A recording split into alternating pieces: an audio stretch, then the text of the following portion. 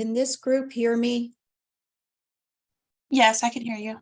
Okay, I just sent an email to Haley and Katie to see what's going on because we're not connected to the room, it looks like. So just keeping you posted. Sounds good. Thank you.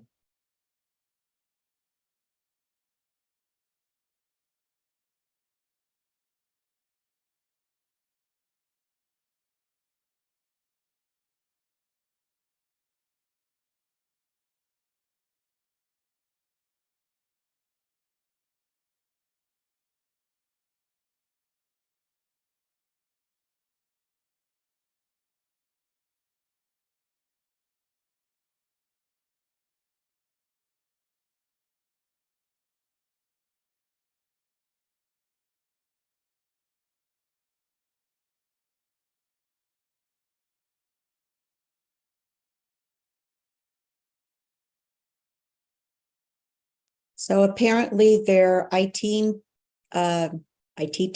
is a little bit delayed, so they're working on it to get everybody connected. Thanks, Dawn.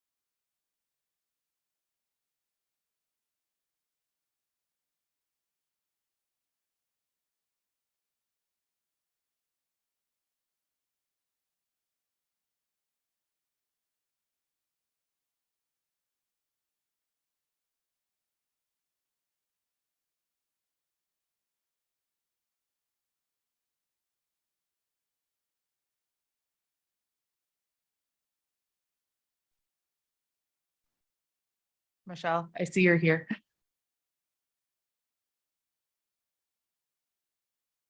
Don Bogart. Here. And can you share what organization you're with, please? Oh, sorry. Homeless. Thank you. Vanessa Carthel. Present, Arizona Behavioral and Health. Allison Cook Davis. President, Morrison Institute for Public Policy. Callie Lamers for Aaron. President, Save the Family. Thank you. Stephanie Crum. Nicole Gibson, Present, Mom.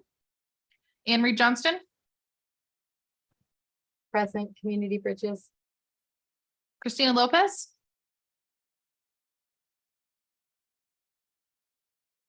Janet Flores for Marcy McFarland. Present, Homey. Thank you. Jim McPherson, Jim McPherson, Phoenix Community Alliance here. Reina Padilla Guzman, Reina Islas with Chicanos por la Causa. oh, so sorry, I'll get that changed. Jen Page, Good morning, Jennifer Page from Mercy Care. Aaron Rain, Patricia Scott Lopez,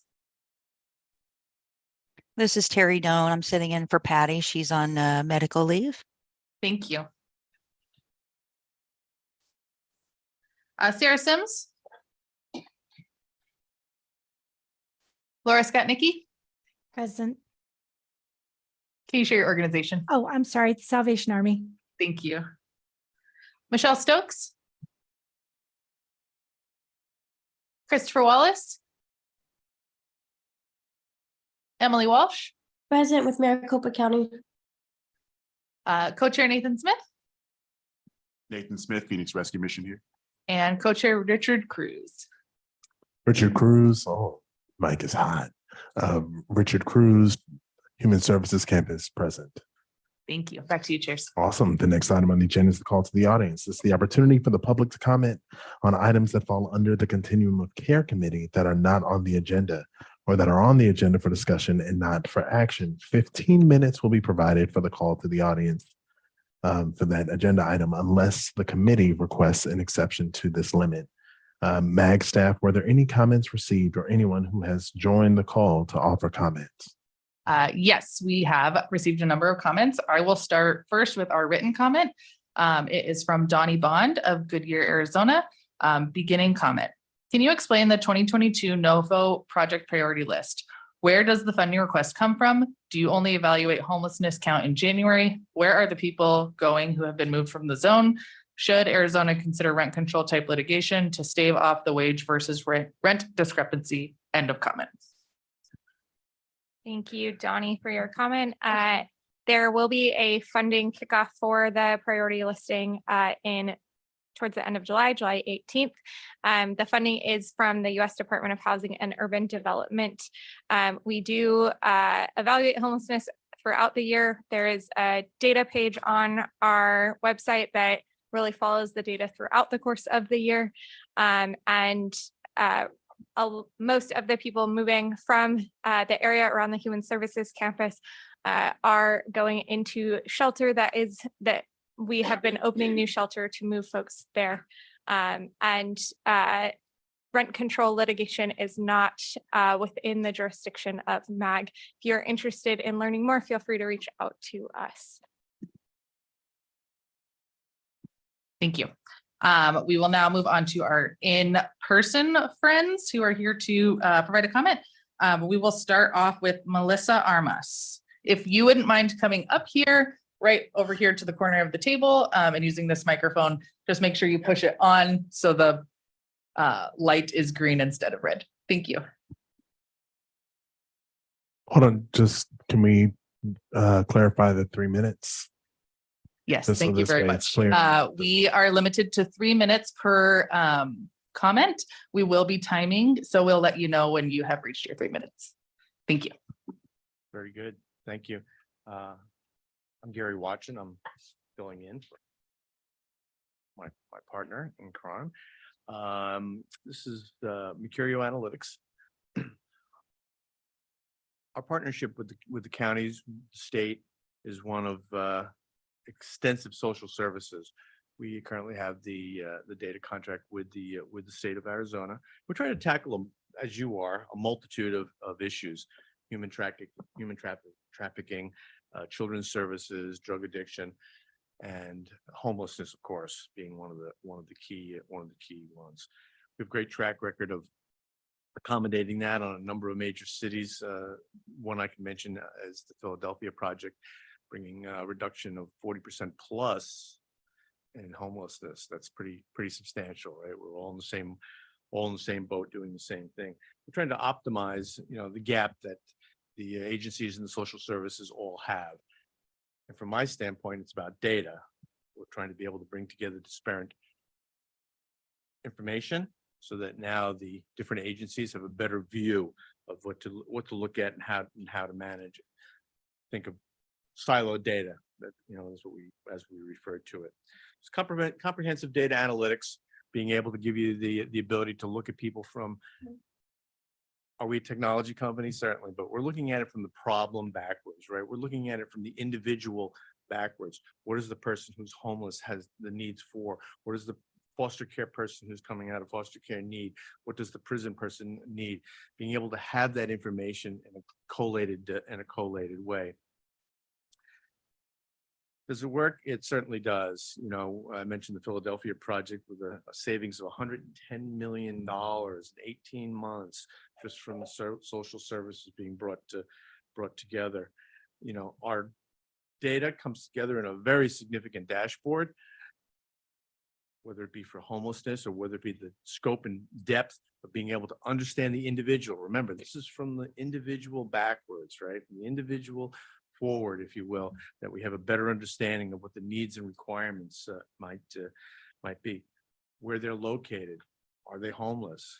Is there a need? Do they have diabetes? All the different things that are being able to be collected to help our city managers and our social workers and our police and everyone to be able to have a better view of what's going on out there. Being able to display this information in real time in a simple to use dashboard, which is so exciting. We're very privileged to be part of this and to help everyone do this. And again, this is about community. This is about us helping, take care of the problems in a technology way. But first and foremost, this is about humanizing data. Thank you for your time.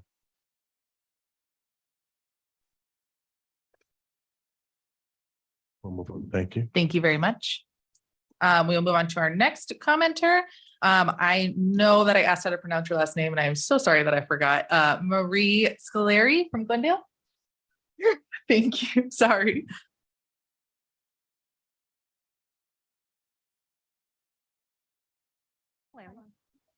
Okay, thank you. I'm going to speak a little bit about racism. Closer, okay. I'm really concerned about the MAGA diversity training in the introduction of the people who work on homeless in our region. It teaches them to see everything through the lens of race, to think that only white people can be racist and that all white people have privilege, which they don't. Some of these diversities trainings are conducted under the guise of preparing employees to interact with individuals who are minorities. The training was specifically for people working on the homelessness. But there are a lot of white people who are homeless. After a training like this, I think your employees will need another training to how to interact with homeless people who are white, because it likely creates some anti-white unconscious bias, to use the terminology that they will be unable to filter out. That's a problem, and I really fear that these trainings will impact how your employees interact with homeless people. Is that better? Thank you. Treating some worse simply because of perceived privilege. They have they have that others don't. MAG should teach its employees to treat all people equally, regardless of color of skin. Instead, this training teaches people to treat others in a certain way biased solely on the color of their skin. And to me, that is racist. Thank you. Thank you very much. As a reminder, if you are giving a comment, if you could just bring the mic a little bit closer to you and speak loudly. We're just having a little trouble for our friends who are joining us online to hear. I would like to welcome Dana Large from Waddell to join us for a comment.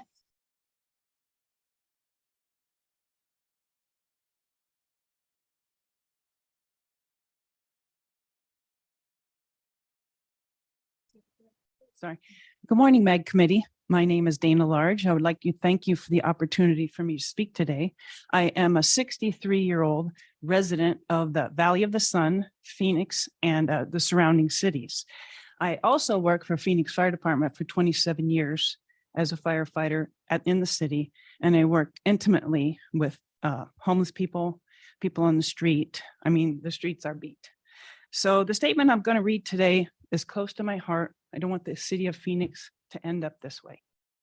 A couple of months ago, there was an article published that was titled, "Everybody Hates Portland." In it, the author writes how the city has switched from attracting new arrivals to repelling its current citizens and is, in the words of its most prominent congressman, broken. He has had his own catalytic converter stolen, and when riding his bike, sees piles of garbage all over the city mixed with tents and encampments of homeless people. And it's not just the congressman who fervently went to bat to defend his city before it fell apart. Though it used to have strong support from its residents, in a recent poll, only 8% believe the city is on the right path. That shouldn't surprise anyone.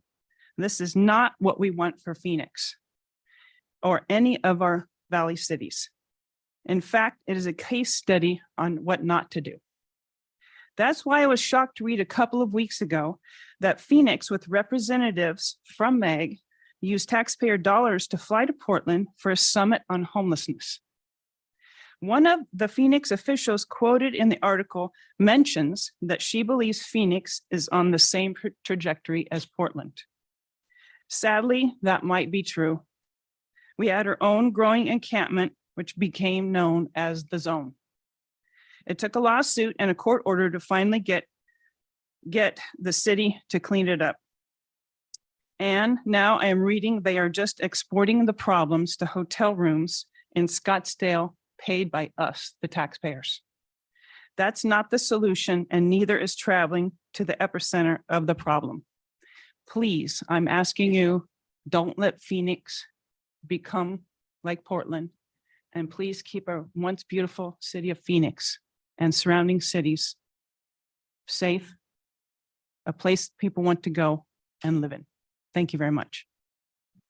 Thank you for your Thank you. comment. Deborah Kirkland from Mesa, if you'd like to come up to speak.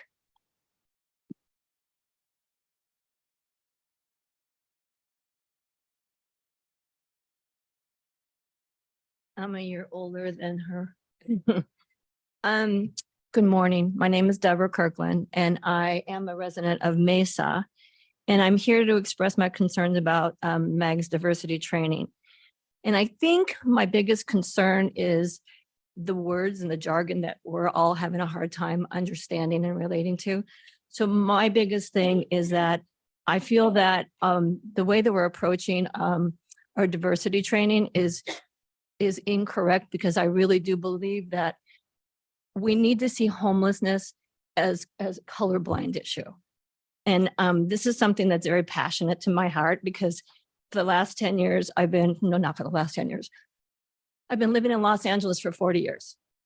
And I moved back to Arizona. And after many, many years, I worked with the homelessness in downtown LA, Hollywood Boulevard, and so many areas. And I've taken in several homeless children, and they've lived with me for years. And they were all colors. They were individuals, and I get really emotional.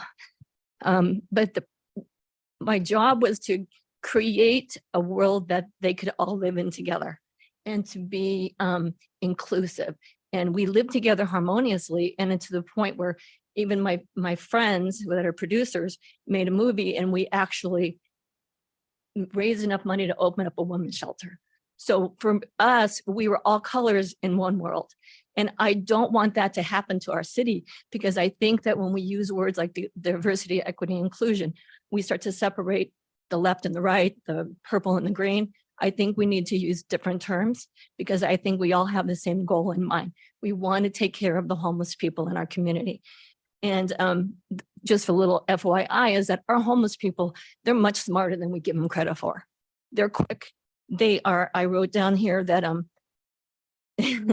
they're smarter than we are. They build their own communities. They separate to the point where they know who to trust and who not to trust. And I think that if we come in and we train people how to judge people based on their color and to train them based on their color, they will only see the world through colorful eyes. And so I would like to set us up. I think that we as a city can be smarter. We can be better. We don't have to be Portland. We don't have to be Los Angeles.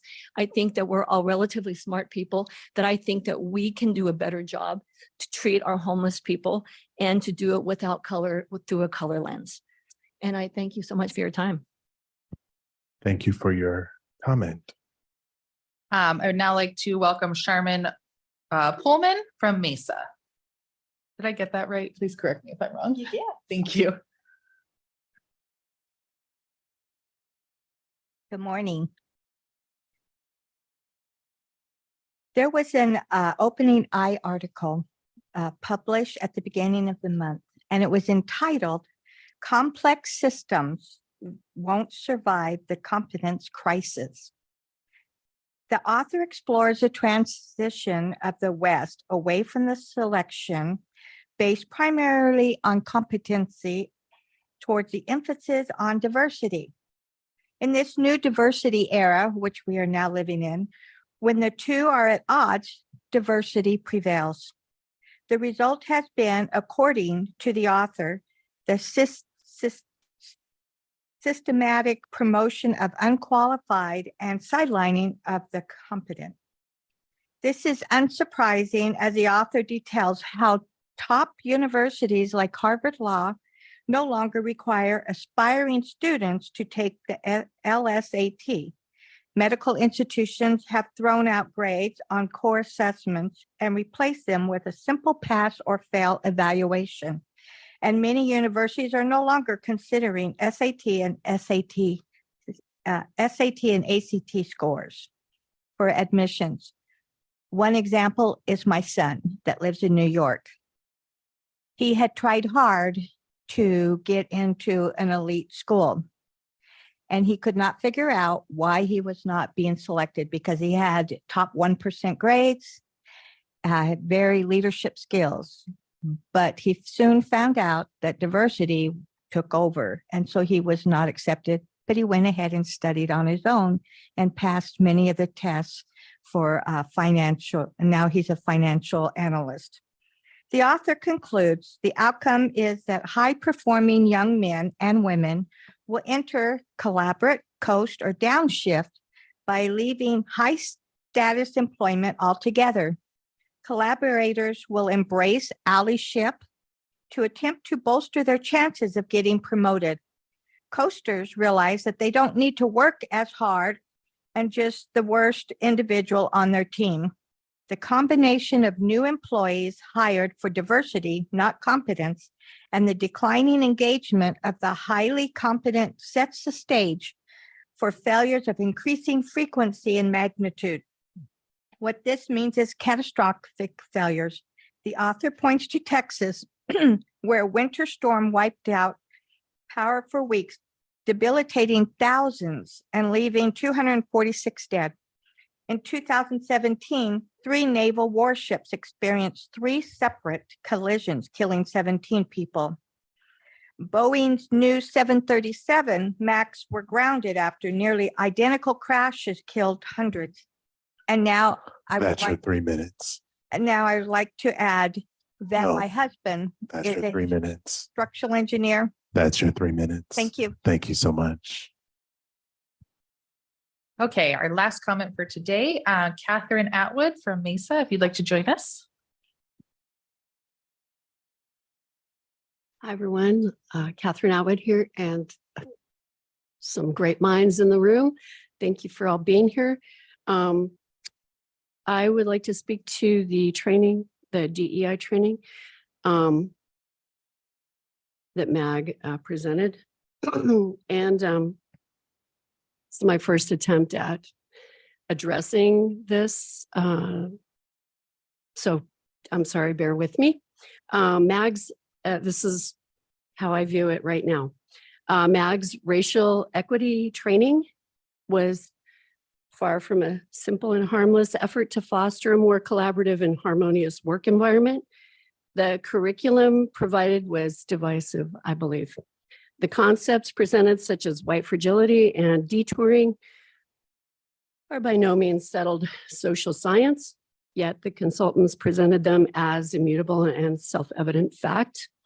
In reviewing the training, I was completely struck by how unsophisticated it was.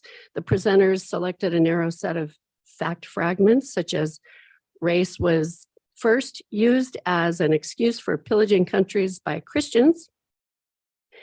Then they used their oversimplified and cherry-picked facts, end quote, to formulate what they defined as the problem, as stated by one of the consultants, that we are living and breathing in a racist society.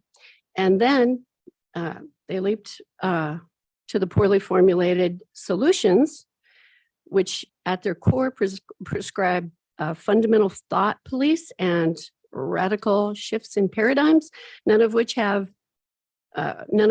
they have thoughtfully proven, but instead just coated in a veneer of moral superiority to try to gird it from critical questioning. That's sad to me and highly manipulative. The process of packaging together your facts, your problem diagnosis, and your solutions all together is reductive and intellectually dishonest, in my opinion. In reality, each step is highly complex and debatable. Expecting people to accept this social scaffolding atop faulty assumptions without question is ludicrous to me. Encouraging people to completely modify their behaviors in response to this faulty line of reasoning is insulting to the intelligence and should be considered shameful, in my opinion, in light of the positions of authority and power held in this room and in the training, the eyes of people that are being trained. Essentially, money was used to hire professional hacks, in my opinion. What has been tried. That's your 3 minutes. Okay. Thank you so much. All right. Thank you. I appreciate all you guys. I love you guys. Thank I you love so what you're much. doing, but I'm against the DEI thing. Thank you so much. We have no more public comments. Okay, so I That will is it. move Thank on. you. Thank you so much. The consent agenda will approve multiple items at the same time. Committee members can always ask for an agenda item to be pulled off the consent agenda to be heard during the meeting, at which time staff can provide additional information, give a presentation, and answer any questions.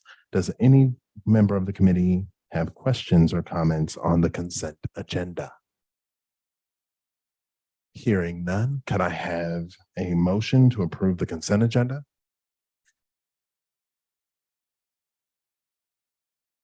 I motion to approve.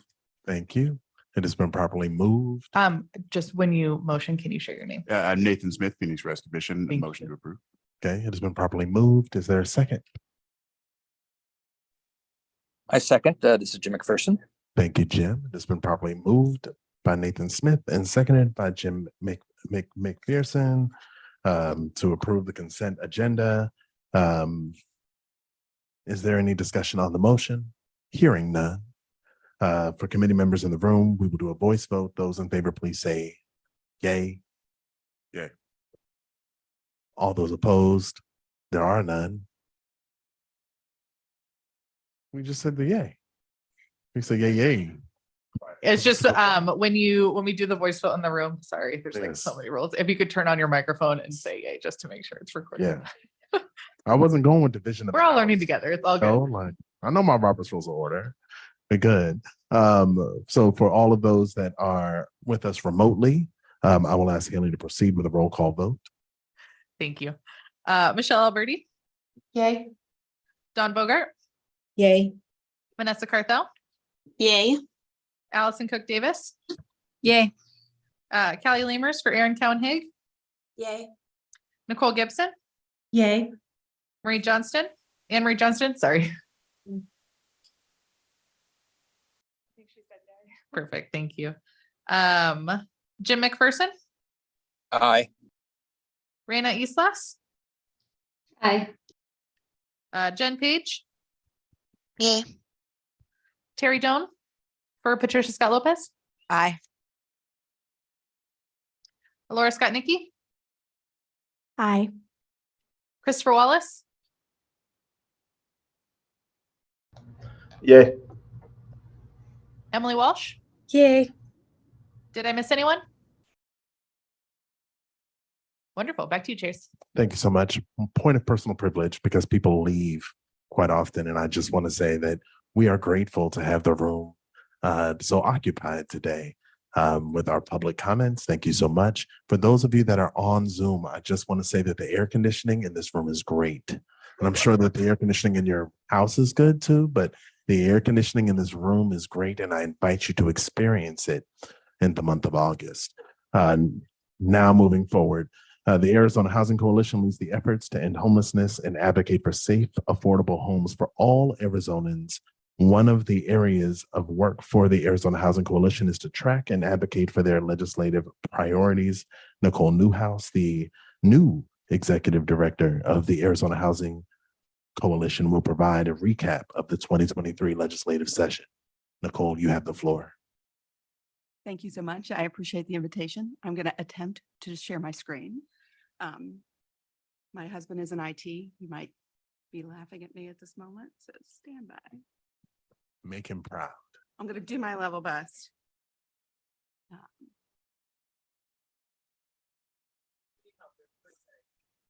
Awesome.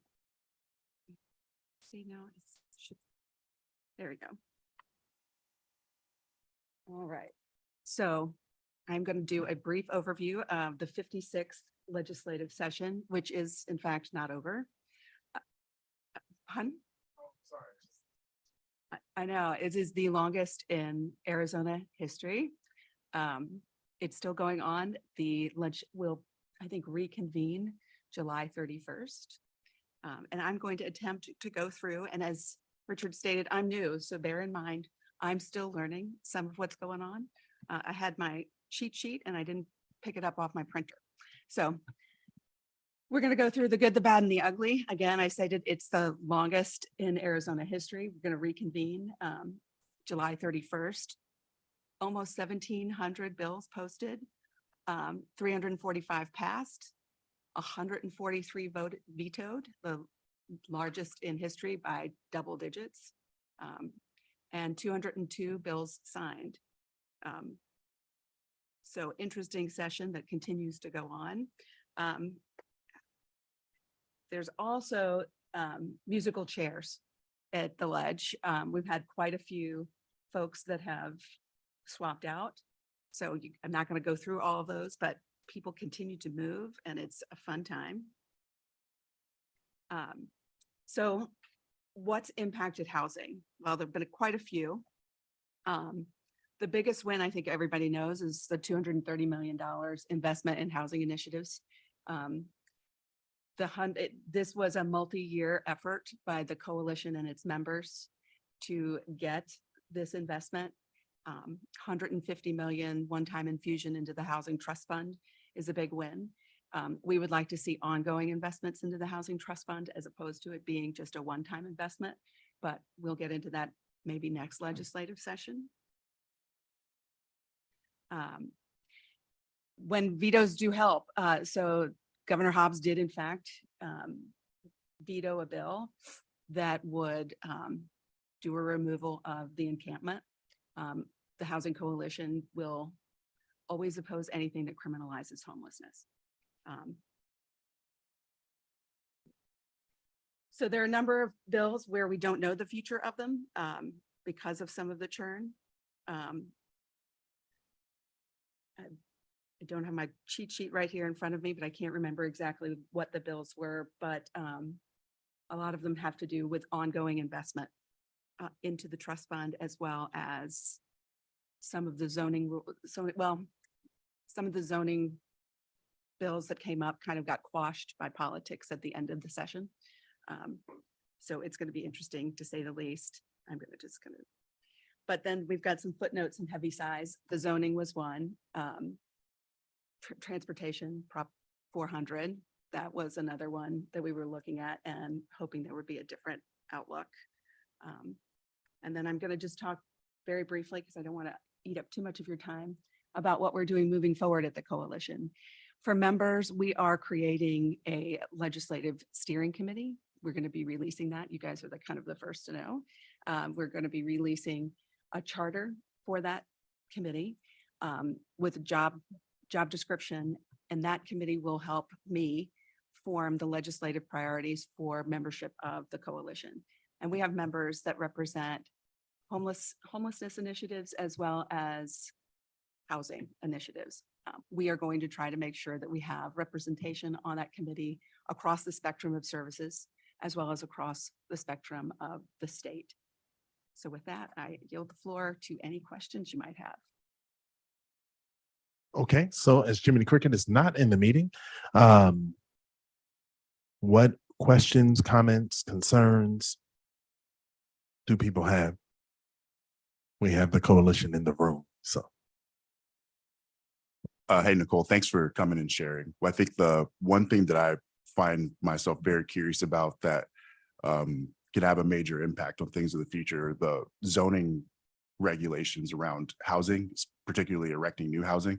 Sounds like there's some status changes and some future unknown, and it's really hard for like a lay person to chase this stuff around, you know what I mean? Okay. So if in the future you're able to share, either now or in the future, share more, I think that would be, at least as one member of the committee, something that I would like to know more about, is what of those bills affecting permits related to housing are in what status at this point? Because here it's unknown as we see.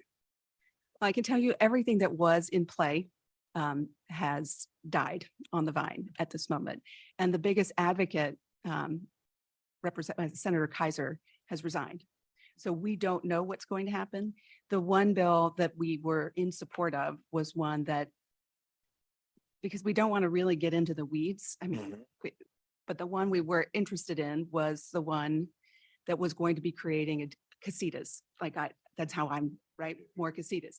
From my lens, not necessarily the coalition in my learning journey, my question was, how is allowing more casitas going to address the homelessness issue? And the answer is, we don't really know, but our hope is that more supply actually provides more opportunities for housing. More supply actually may drive down cost, because at this point in the state of Arizona as a whole, and most decidedly here in Maricopa County, we have more demand for units than we have supply. And of those units that are available, many of them are far too expensive for most people to afford. So zoning for us is really just about creating appropriate supply. And now with some of the water rights issues that we've heard about in the news, which are unincorporated places in the city, everything that I've known since I've lived in Maricopa County since '98, which is sprawl, kind of ends. So now we've got to figure out supply within the walls of what we have where there's incorporated water rights. So I don't know if that helps, but I'm happy to go ongoing. Yeah, it does. Yeah, thank Definitely does. Awesome. Jim, go ahead. Chairman Cruz and Nicole, kind of as a follow-up to the casita ADU issue, or that was part of the state legislature, the city of Phoenix is now going through a process with its village planning committees to review and either, recommend further up the chain of command in the city of Phoenix, text amendment regarding ADUs/casitas. And I think it goes to council in September. So there is some time for a review of the text amendment and its impact or potential impact. Mainly it's citywide, but it would affect areas in and around downtown Phoenix as well. And I can share what I know of from the standpoint of the language. I could send it over for future discussion. And I don't know, Nicole, if that's something, another follow through that the Arizona Housing Coalition is looking at, because the city of Phoenix is the largest city, and it's now following up on ADU legislation that was in Tucson and Flagstaff. I would love a copy of that. I am not yet familiar, but again, I'm just finishing 8 weeks in the new Sure. year. So Sure. thank you, get more Okay, help. I'll pass it along to yourself and the chairs and staff, and then you can do your magic. Thank you much. And then I would request, I'm sorry, one more thing. I would request in August, maybe a report or from a City of Phoenix representative from the Planning and Development Department to maybe present. I don't know if that's kosher or how that's done, but they're the ones who are presenting the amendment.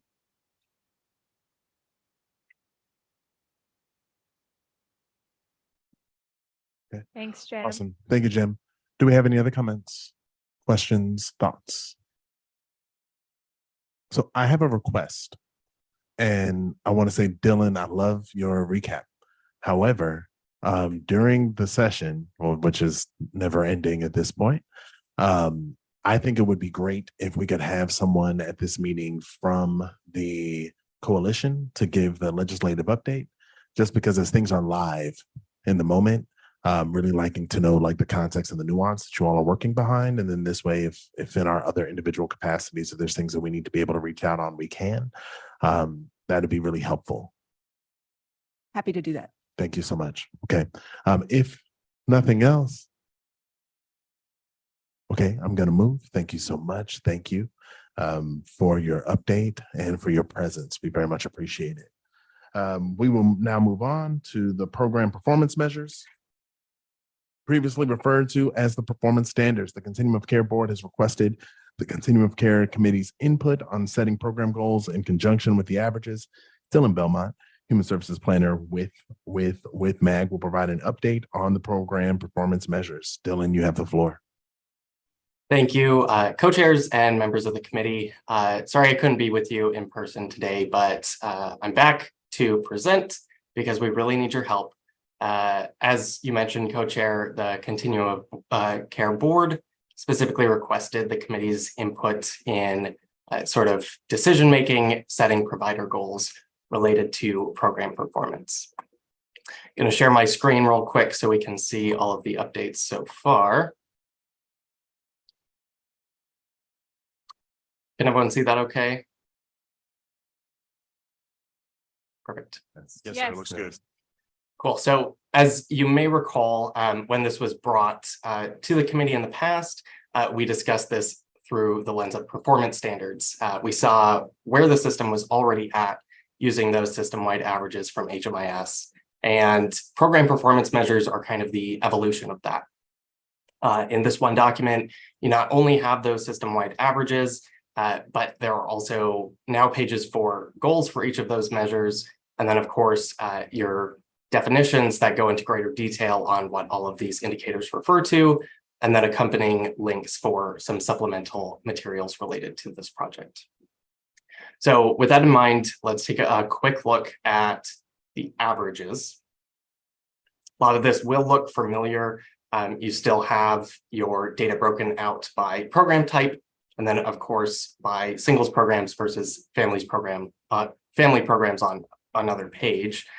And then, right here, you have all of your indicators, the things that are being measured.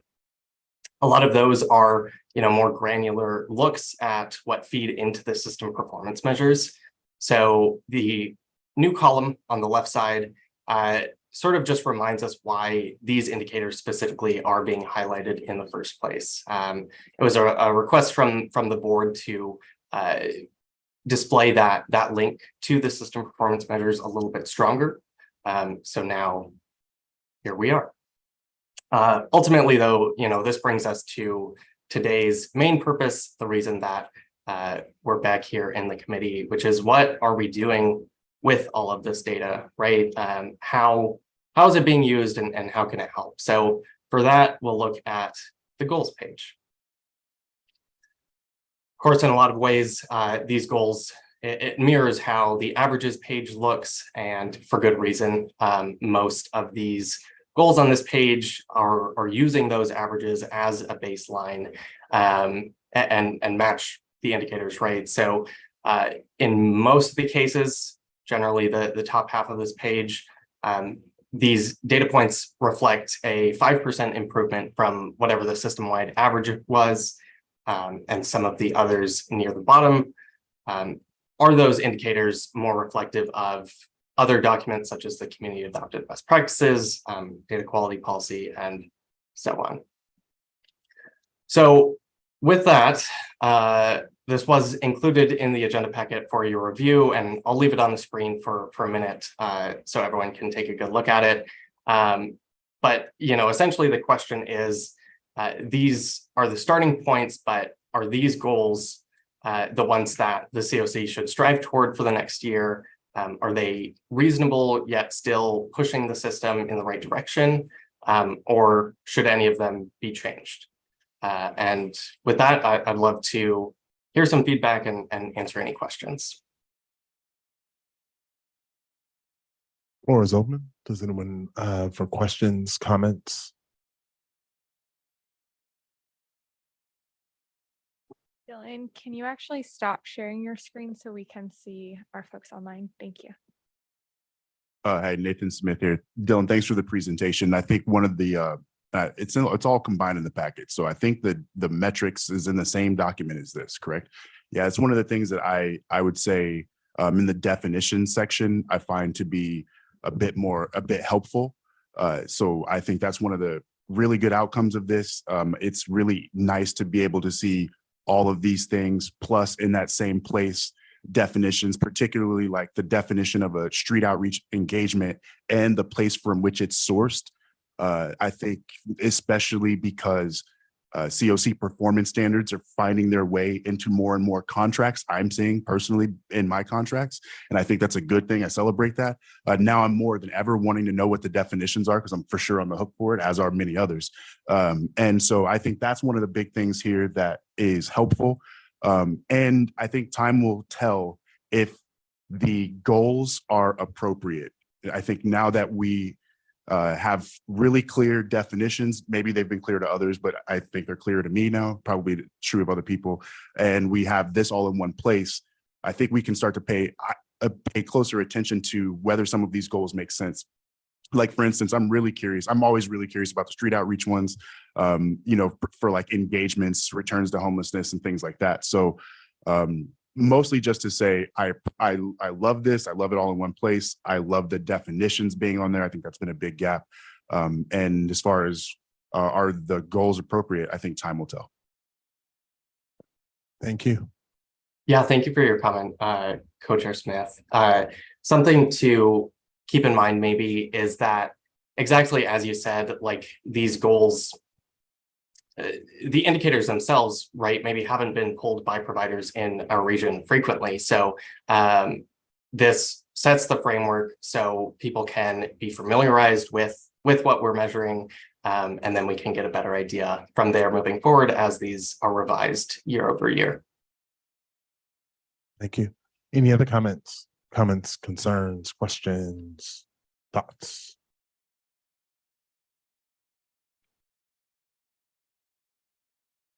Can we go back to gallery view really quick, just so I can see it? Okay, so here.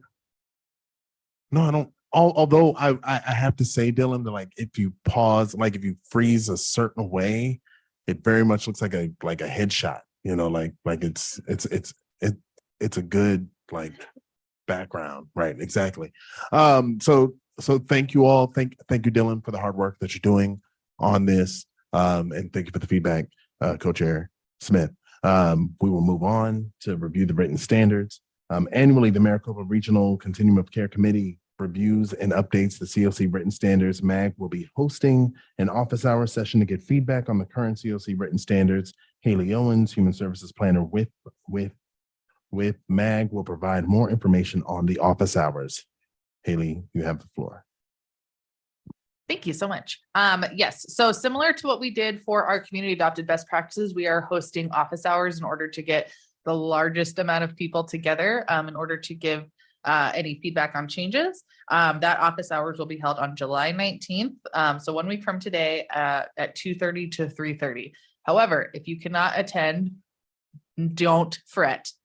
You can submit any written comments or changes to me by July 21st at close of business. So that would be that Friday. The only thing I ask for our office hours is that you come prepared, having read the written standards, just because we want to make the most of our time together, and reading them would take quite a long time. So please come prepared with any edits or changes that you are requesting. And then I'll take any questions. Are there any questions? Oh, I will add one thing. It'll be virtually, so you will have to register on Zoom, and we will get that link sent out to all of you. Awesome. And it is on our events calendar already, I believe. Are there any questions? Okay, plain and simple, pretty straight. I pass it over to Nate.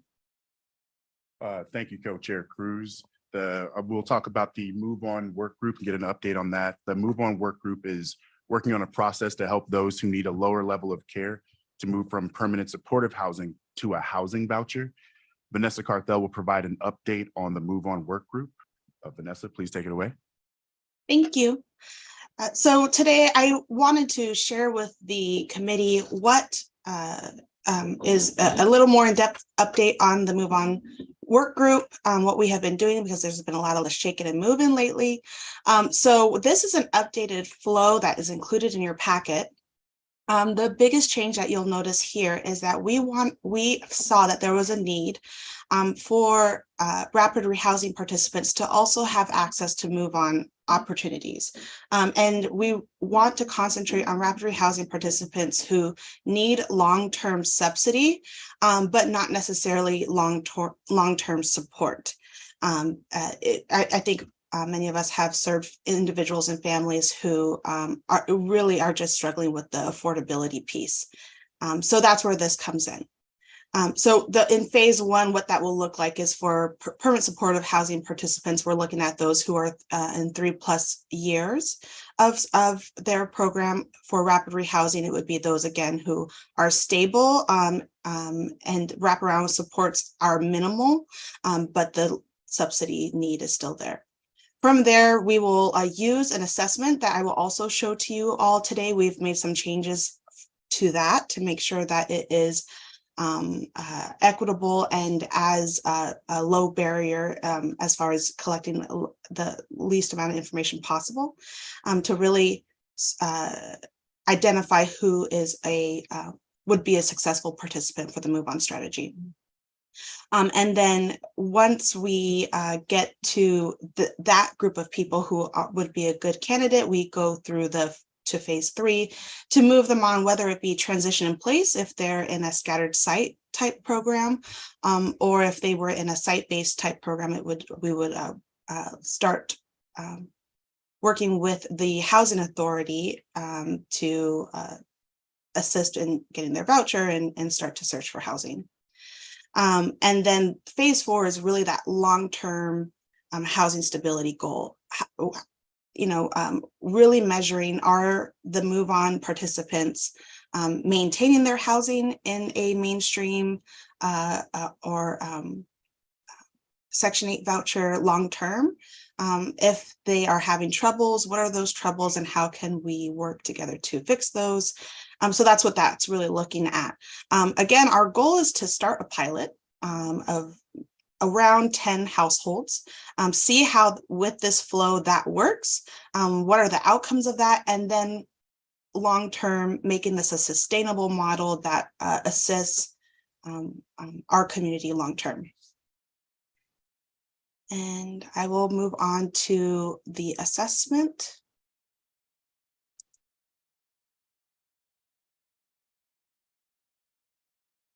So I left the changes in track changes, so it's very clear what is different from the last time you saw this.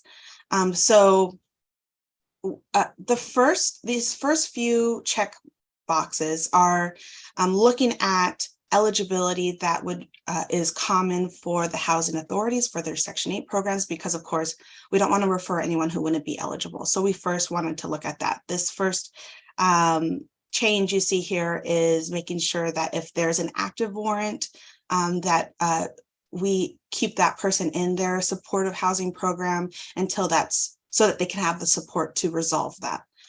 before moving on to a housing choice voucher. The next, so this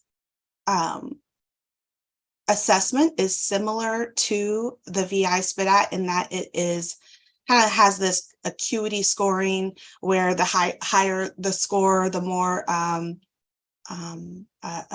barriers that person is experiencing. And so we are looking at, those participants who are stable and steady and would be successful in a voucher with no support. So nothing much here as far as changes. Of course, steady rent payments, steady utility payments is crucial for long-term success, right? So we kept that the same. Here, instead of a safe living environment, we really wanted to focus on lease compliance.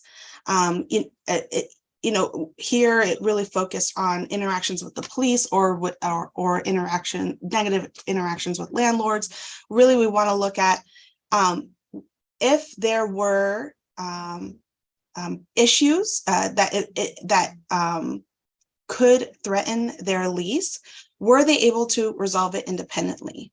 Or if they weren't, that would be more on the higher acuity side, but we really wanted to focus more on lease compliance, not necessarily the presence of an issue, if that makes sense. Those problem-solving skills are really brought to light with this change. Then we also added some consideration for adding rapid rehousing participants here and what that looks like for the lease. That one's pretty straightforward. Again, this is in your packet. If I go too fast, you can refer to it in your packet.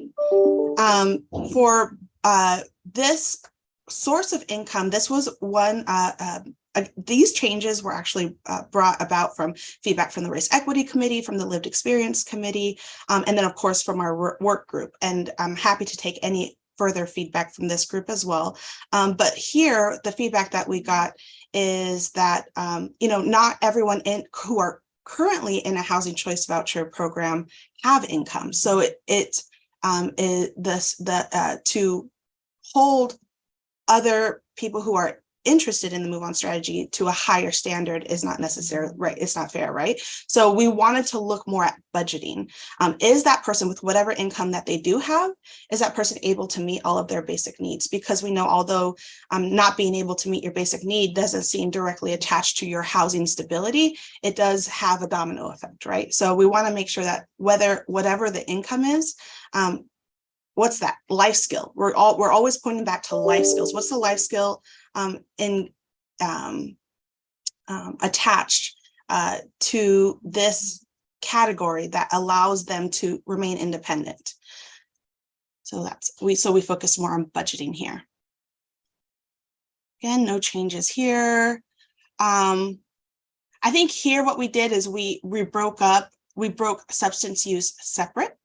So what we did is really point to how the substance use is impacting their housing, not whether or not it was present or active. So we're here you can see, the tenant's substance use has negatively impacted their housing or ability to meet their basic needs in the past 3 months, and is not engaged in support services or clinical services to address that need. Again, looking at how it impacts housing or their ability, life skills, problem solving skills to use support to address their substance use. We took out harm reduction completely because it was very invasive. We don't need to know people's risky sexual behaviors or gambling behaviors to measure their ability to maintain their housing. Again, the purpose of this was to only ask the questions that will impact their ability to maintain housing. For that reason, we also took out legal and replaced it with the active warrants up top that you saw, because as we know, having an active warrant will impact your ability to maintain housing long-term, and then also to search for housing if that's the need. So we took this one out and replaced it with the active warrant.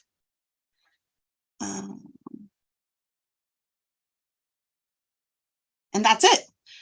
So I will go ahead and open it up for questions or any other feedback that you may have. Again, it's in your packet if you want to refer to it, but thank you for allowing me to speak today.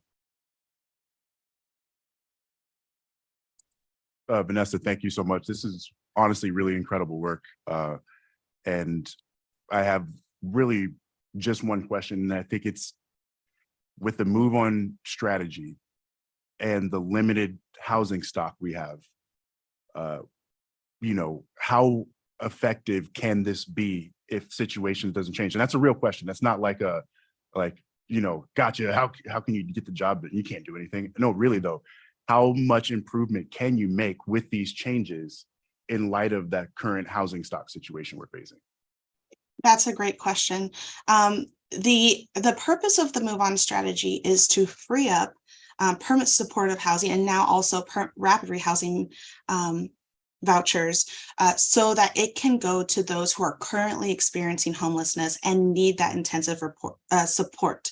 And so the ideal situation for move on is transition in place. We know that many permit supportive housing and pretty much all rapid rehousing programs are scattered site. So again,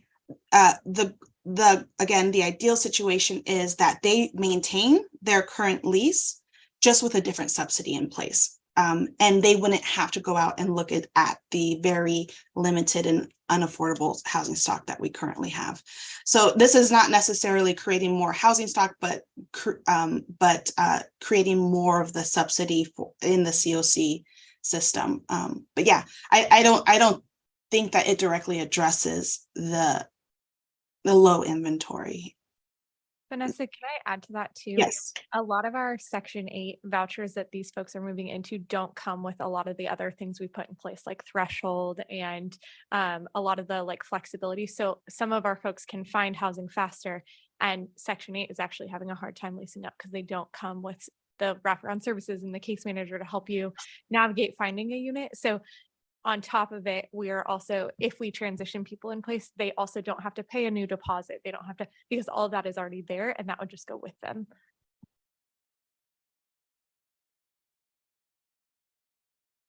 Yeah, it's kind of a win-win situation, right? Any other questions? If there's any other feedback that you all think of later, please feel free to email me, but otherwise we are moving forward with this assessment as the changes are.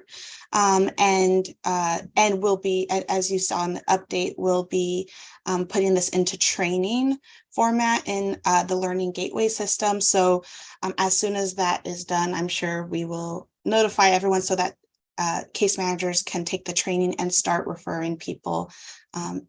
The work group is open at any time, those who may want to join it. So you may email me and be a part of this work. Again, thank you so much for your time. Vanessa, I'm sorry, I have one quick question. Yes.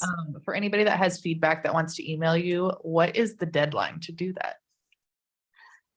Let me make one off the top of my head. I'm going to say Friday. So it's nice and fresh in your mind. So if you could provide me that feedback by Friday. Thank you, Haley, for providing structure. Thank you. I just don't want you to be like putting together the trainings and then all of a sudden you get a mountain of feedback and you're like, oh, I wish I would have had this by last Friday. Yes, thank you. Okay, thank you very much. We'll move on to the next agenda item. I'll try to go through this quickly because I would like to spend maybe a few minutes on the next one if we can. But of course, if there are any questions or discussion, let's not truncate it. So going to the Connecting Our Systems of Care, decreasing returns to homelessness was identified as part of the Maricopa Regional Continuum of Care system performance measures.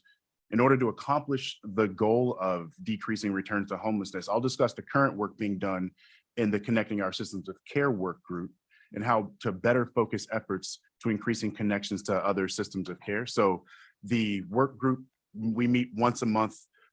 Like I've said before, we have identified the returns to homelessness as the system's gap to focus on. It's intra-system, it's within the homelessness system.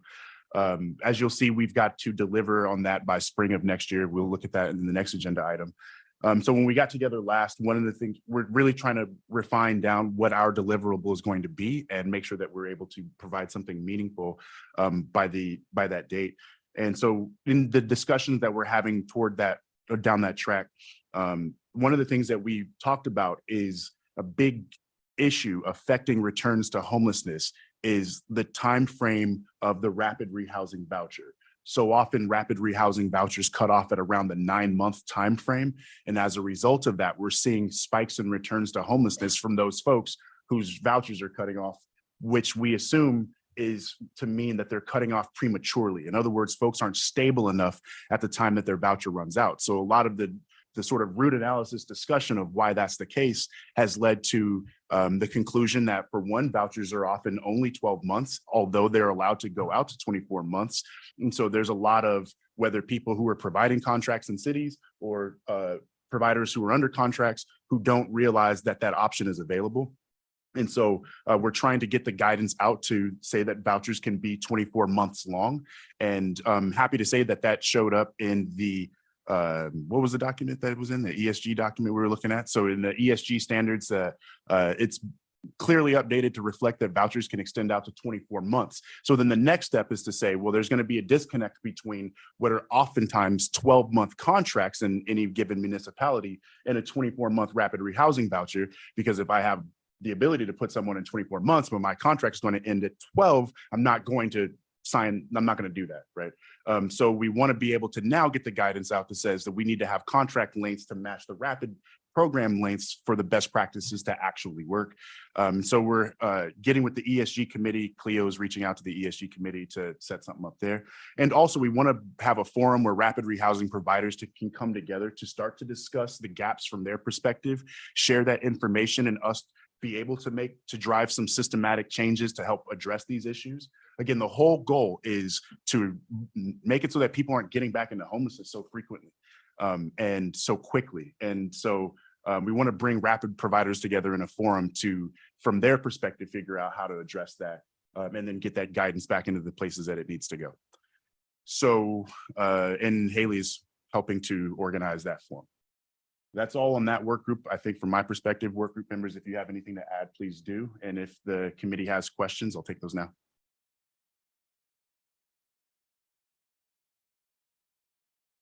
Great. Moving on to the next agenda item, one that I'm really eager to get to, hence the speed. The COC committee's priorities review. So annually, the Continuum of Care Committee is responsible for working on a variety of priorities. The COC committee will review these priorities to see what has been and what is yet to be completed in 2023.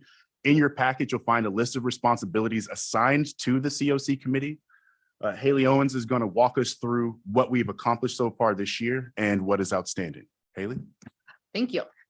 So the top parts, basically from system flow dashboard review to provide feedback for board strategic plan. These are things that we do every single year on a regular cadence forever until we change, until something changes. So our system flow dashboard, you all know, it comes in our updates. So you guys see that every month. You also have the ability to check in on it whenever you'd like. You are able to access that system flow dashboard. Our homelessness trends report and system performance measures are always presented quarterly in February, June, September, and December by our lovely Cleo and Dylan. Our NOFO scorecard is reviewed annually in April to make sure that we are covering everything that we want to cover regarding our funding. The community adopted best practices review, we did it a little bit different this year, but as a group, you guys approved those changes. That falls under your purview. The governance charter, we also tackled that in May. I don't believe you guys had any changes for this year. Our PIT count review also happened in May. That was a presentation. We are getting into our ESG and COC written standards review this month. And then for the rest of the year, we will be focusing on our metrics for monitoring and evaluation after the NOFO is completed. And then our PIT count process will start up again in December. And then, of course, the feedback for the board strategic plan, as Katie comes to us and asks us for updates every year, definitely something to think of And as we're looking at this list of things that we do, I really want you guys to keep the board strategic plan in mind. I've heard from a lot of members of this committee that you guys want to be doing more. And getting it in the board strategic plan is the perfect way to ensure that we are focusing on that. Our increasing connections to systems of care is what our work group is focused on. Right now, we're scheduled to be completed in spring of 2024, but we may push that out because I know as a group, we sort of talked about doing layers of connections to systems of care. And then the final thing for the committee to work on is how to develop that education process for systems outside of our homelessness system to plug into the homelessness system and vice versa. Also scheduled to be completed in spring 2024, but again, that can always be pushed out if we want to make sure that we're setting that good foundation before we branch out. So this is the list of all the stuff that you guys have done or are in process of doing or will do. So definitely just want to open the floor for any feedback you guys may have. Yeah, so there you go. Good job, everybody. Yeah, but as we gather feedback, if there is any, one of the reasons why I really wanted to get this on the agenda is because, most of you know, I'm in my first year as a member of this committee, and I may be the only person, but if anyone is like me, some of these things show up on the agenda, they hit the consent agenda, they say, what do you think? You have no idea because you're not familiar with the documents at all. And then you kind of have to give a vote to it. And it just shows up at the next meeting. It feels like anyway. So what I wanted for us to do is have a look back and ahead. So we could, for any of the eager beavers in the room who want to go out in front and start to familiarize ourselves with some of these things so that, let's say it's March, for instance, and ESG and COC written standards are coming up in July, it would be really nice to get some familiarity with it, then show up to the office hours where feedback is being given, take that as part of this committee, and then really oversee the process of redeveloping these standards. The reason why I think this is super important for this group is because we're predominantly a group of providers or people who work very closely with providers. And that is a very unique perspective that this committee brings, like an institutional opportunity to be shared, right? So we have a built-in way to give provider feedback into some of the most important documents that govern what the work around homelessness looks like. So being able to look out ahead and being able to say, hey, let's get prepared for whatever it is that we're charged to bring, to approve and bring back to the board is the reason why I want us to have this look. And I appreciate that we can maybe work on some of the times on the bottom two on connecting to systems of care as we bring clarity to what that work group is doing and what our deliverable is really supposed to be. We may need to adjust those timeframes, but this is just a look at what we're responsible for all in one place. You don't have to dig through the board strategic plan and figure it out for yourself. And the only thing I'd like to add is just as you were saying, like if you want a heads up a few months in advance, like, hey, we're going to go over the governance charter. So maybe in February is a good time to start reviewing. We can put together some sort of calendar that I can make you all aware of, like February 1st, just letting you know in 3 months, we're going to be reviewing this. So if that is something you guys want to do or interested in, definitely let me know and I can make sure to put that together for you all.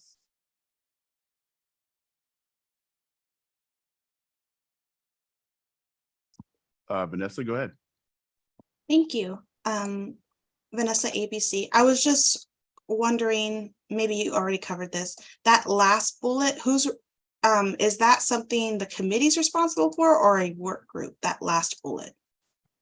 Great question. So it is something the committee is responsible for. The way that we typically, in order to like best work on stuff, we create a work group around it. But ultimately it is the committee's responsibility. So it's that last bullet point is going to be really similar to our connecting to systems of care. We'll probably model it in a really similar way, but definitely want to encourage everybody on the committee and anybody out there who is interested in being in a work group to join us to put together that information. Thank you. Hey, yeah, because on that, the work group that we have had some of that going to start with. well, at least when I got there. And then we had discussions and decided to focus on the bullet above it, meaning that bullet is now officially dropped off the committee's radar. Because if that work group's not doing it, this committee is not doing it. So I would say we either develop a work group to do it, include it in the work group, but we already decided not to do that in the work group that exists, or go back to the board and say, can we focus on one and not two? And I think that is the importance of like having the flexibility and pushing the timeframes out, is like you can work on the connections to systems of care first. And then it's like, okay, after we have that all buttoned up and everything looks beautiful, then let's go to the second, it's almost like version 2 of that work group, where we start reaching out and helping to educate systems outside of our system. So that is the way that I have seen it. And that's why we really want to impress on you guys that there is flexibility in that. So you don't have to have 2 work groups running simultaneously that is like honestly kind of confusing and doing 2 completely different things. So I don't want you guys to feel pressured that we have to do that right now. We do have flexibility if we want to make sure that we're just doing one thing at a time and doing it super well. And I'll add too, we have a communications work group that is working on all of these different things. There are a series of about 21 pagers on our website now that are really like talking through like what is coordinated entry, what is the homeless management information system, all these like buzz terms, right, that make sense to us, but don't necessarily make sense to these other systems. So say the next system that you all decide to work on is like criminal justice. It's like, hey, these are already created criminal justice system, and that work group would be giving it to them and directing them to it, not necessarily creating the exact material and then saying, hey, can you do that for us too? And I would also say if you guys are focusing on, something in your current work group and December rolls around and you're like, I don't know that this education process really fits under our purview anymore. That is a great time to bring it up at the board strategic plan and see if it's appropriate for the board to reassign that somewhere else. Or if there's a different way to like sort of segue that information. So like maybe instead of having a full work group, everybody just make sure that they're promoting the materials that are already created out to your various networks. So definitely, I feel like I cannot say it enough to keep the board strategic plan in mind when thinking about changes. It's not a very rigid plan when it comes to the time to change. So definitely think about that too.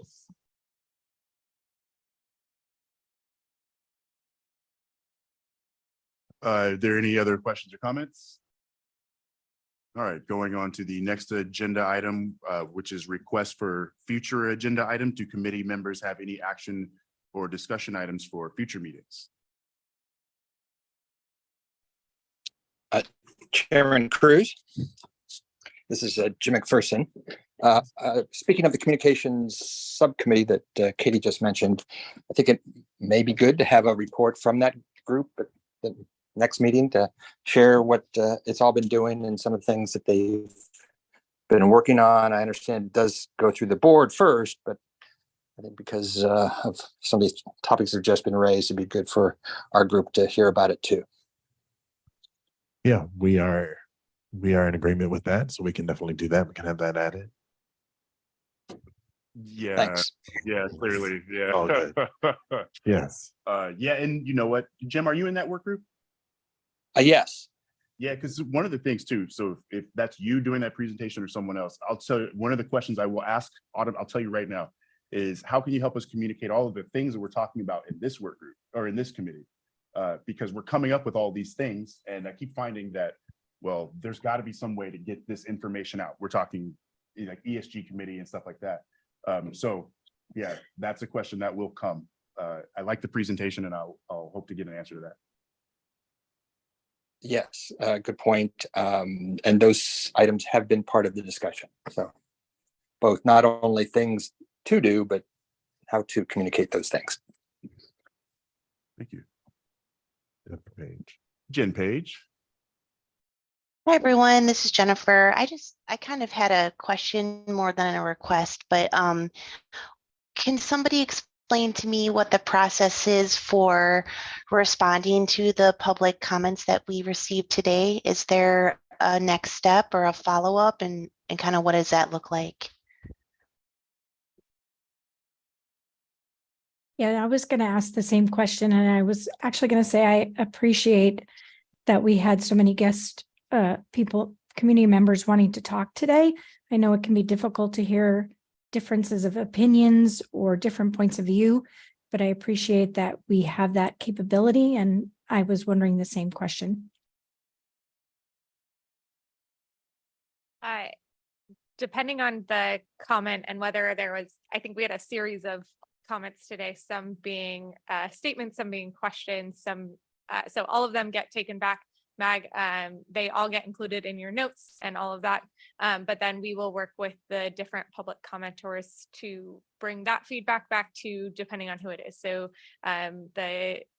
using the first example of the NOFO priority listing and what is that process, we would follow up with that commenter to describe the process, point them to the direction, point them to the resources on our website to answer a lot of those questions. So it really is dependent on the comment itself.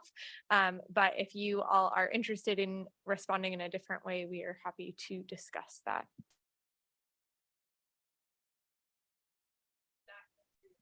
Did that answer your question, Jen?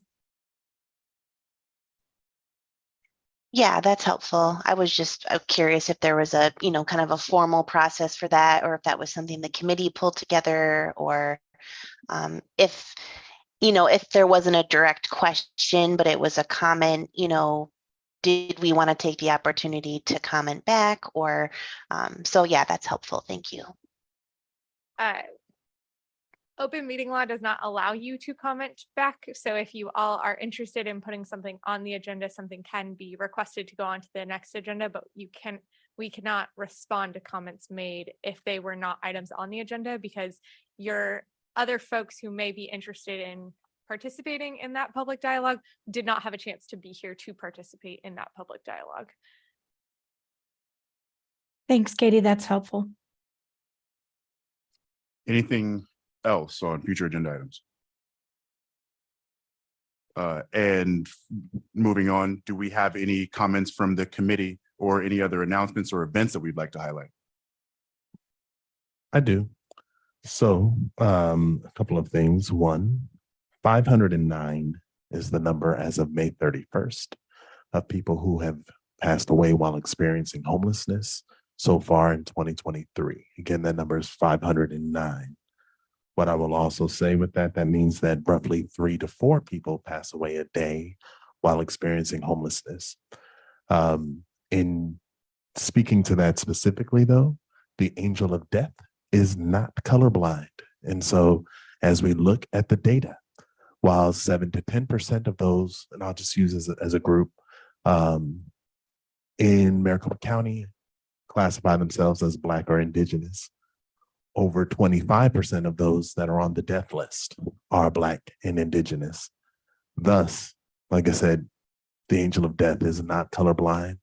And so I encourage the work that's being done of all of those around the table, on the screen, those that'll listen to the call later, around this work that we are doing, especially as we enter into this time, which is our most deadly months of the year with the heat.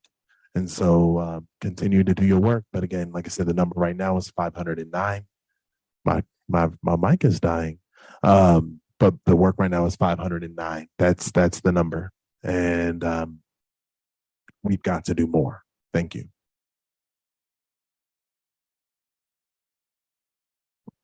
I just want to tag on to what Richard said. I mean, we're going on 3 weeks now of extreme heat.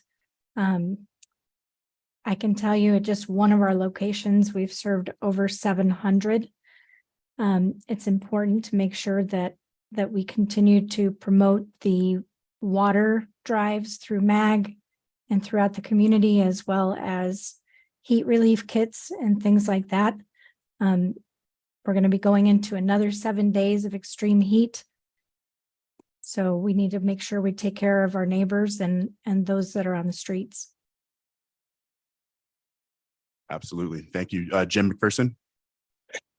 Yes, Co-Chairman Cruz. I guess in the news recently, there was a mention of a new facility, outdoor facility at 1730 something West Van Buren, And I was wondering if the city of Phoenix could provide us an update on that project, how it will impact, how it will benefit going forward. Jimmer, is this a request for next meeting? You want an update on that? Sure. Okay. I believe that Thank project is paused though at this time because of the methane gas they found in the. No. Co-chairman Cruz, that was the project at 20th and Lower Buckeye, 20th Avenue in Loco. Thank you. That's why. And that's the one with the methane, and which is sad that they found out about it late, and now they have to do this new project on, closer to the Human Services campus.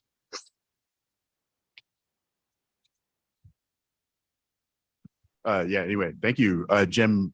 Thanks for that. And is there any comments from MAG staff? Yes, we have one. Okay. The by name list work group is requesting input. They said whether you work with the BNL every day or are less familiar with it, please complete a survey to let us know your thoughts on the BNL. I will be sending that out after this meeting. The survey is estimated to take 5 to 10 minutes, but your input is super, super valuable, especially like as you all are providers or work closely with them. So please go ahead and complete that so we can keep on moving the work forward. Thank you. Thank you. And with no further business, the meeting is now adjourned. Thank you.